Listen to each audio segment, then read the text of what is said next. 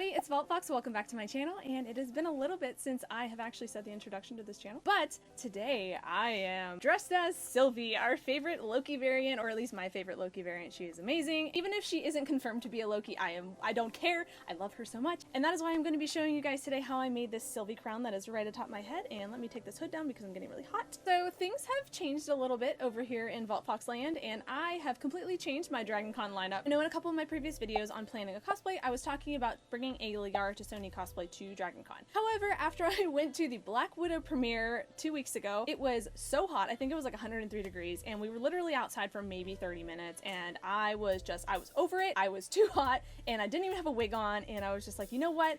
We're gonna move Liara to C2E2 probably, or Katsucon. But because I'm taking that cosplay off of my list, it opened up a new spot for a cosplay, and I wonder if you can guess what cosplay that might be.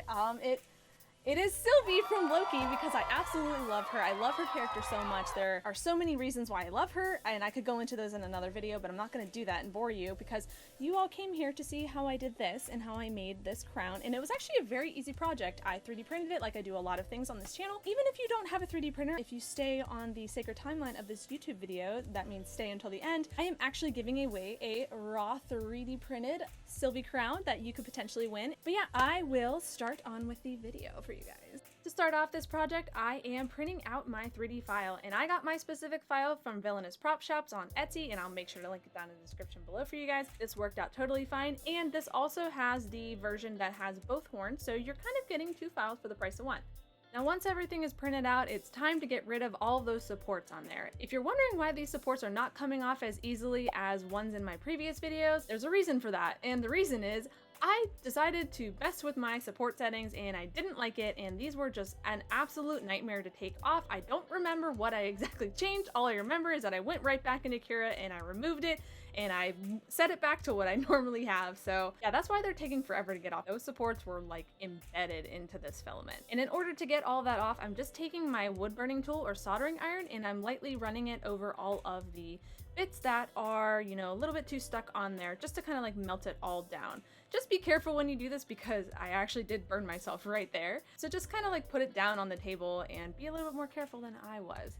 And as you can tell, after that, it's looking pretty good, and we can go on to our next step, which is getting some resin on there. And this is going to help us to smooth out and smooth down all of those layer lines. I have a couple videos on how I use UV resin in order to do this, and I'll make sure to link them for you guys down below and above. But it's actually pretty simple. All you do is take the UV resin that's typically used in UV resin printing, and we're basically just painting on really thin layers of this stuff, curing it in either a UV curing chamber like I have built here, and we're just gonna let this cure for 15 minutes. And you can also put this out in direct sunlight as well if you don't have one of these, you know, curing chambers. I don't expect a lot of people do. After 15 minutes, you're going to be left with a piece that kind of looks like the resin may not have cured, and I have a couple other videos about this as well. Don't worry, this is totally normal for this type of resin. What I'm doing here is I'm just taking a spray bottle full of 91% isopropyl alcohol and just spraying that all over my piece and wiping it down with a blue shop towel. This is essentially removing an uncured layer of resin that will never fully cure due to something called oxygen inhibition. And when you spray your print with that isopropyl alcohol, that IPA is getting rid of all of that uncured resin. So you can then go back in and paint on another layer of UV resin, and we will let this layer cure for 15 minutes as well in our curing chamber or outside, whichever is best for you. And after 15 minutes, we've got a nice cured layer of resin, and we're just going to go back in with that isopropyl alcohol, spray that all over our piece, wipe it down with a blue shop towel to get rid of that layer that we don't want on there. And it's time to go out to my garage, and we're going to sand down that layer of resin with some 120 grit sandpaper on a mouse sander. I then wash all of that dust off and spray on a nice thick layer of Rust-Oleum filler primer. Now, the main reason that I put on this Rust-Oleum primer is so that it can show me all of my crimes. And as you can see here, I've got a lot of divots and a lot of other things that I need to sand down before I continue on to my next step. So I'm just taking a sanding block and sanding down like all of those little zits on the print and some of the layer lines that are still showing through. And then once I'm done with that, I'm going back out to my garage with my mouse sander and using 320 grit to do a little bit of a finer sand on all of the pieces until it's a little bit more smooth, and I am then going to hit it with another layer of filler primer. Forgot to film this next part, but whenever that filler primer was cured after 30 minutes, I took it and did some wet sanding with 800 grit sandpaper just to get it a little bit more smooth, and then I went back in and did a nice thin coat of Montana Gold Shock Black for a base coat.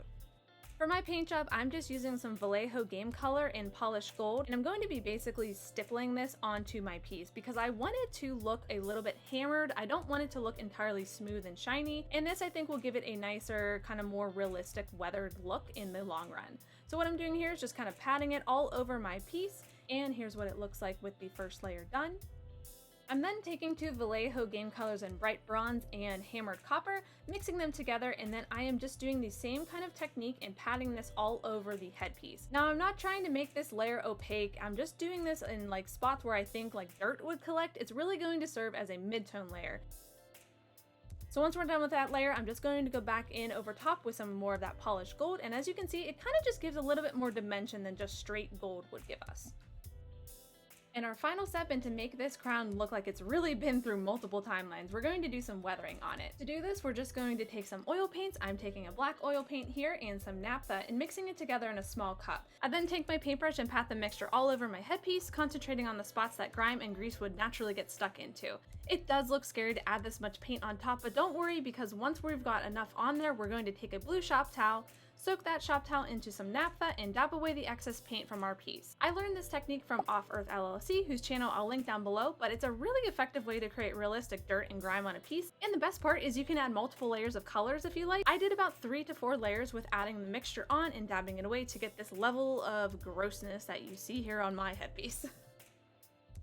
And that's how I made this Sylvie crown, and I love it. It really, I don't know, I really love this cosplay. I really love this character, so I'm really excited to be Sylvie at DragonCon and just cause a lot of trouble, and it'll be a great time. So if you see me there, definitely say hello, and yeah, we can get a picture together and it'll be great. And I'm getting really excited for DragonCon, and I can't wait. I appreciate you all so much for watching my videos, especially watching them to the end like you are right now. You are the real MVP that really helps me out. As always, feel free to leave any comments down below. You can always direct message me on Instagram as well if you have any questions too, and I will be happy to help you out with your cosplay endeavors and 3D printing projects and things like that. And as always, I will catch you guys on the next timeline. Bye!